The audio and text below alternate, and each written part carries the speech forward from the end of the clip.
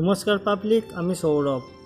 আমাদের রুমের সামনে যে দিঘিটা ছিল সেটা ছিল অসাধারণ, একদম দেখার মতো।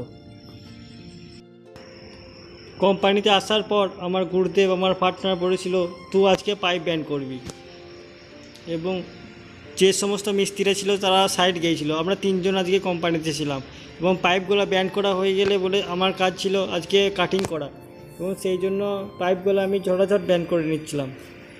আমার পার্টনার ঝালাই করছিল, আমার আর এক পার্টনার সে মাল কাটছিল।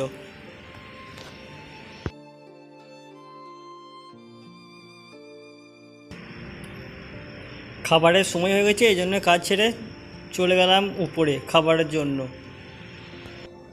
আমাদের রুমটা ছিল অসাধারণ, একদম দেখার মতো, সেটা নিয়ে কোনো কথা হবে না। লাঞ্চের জন্য যেই সময়টুকু পেয়েছিলাম সময়টা শেষ করে আবার কোম্পানিতে চলে এলাম কাটিং করতে, এবং এই কাটিংগুলো হয়ে গেলেই আজকের মতো কাজ আমাদের কমপ্লিট হয়ে যাবে।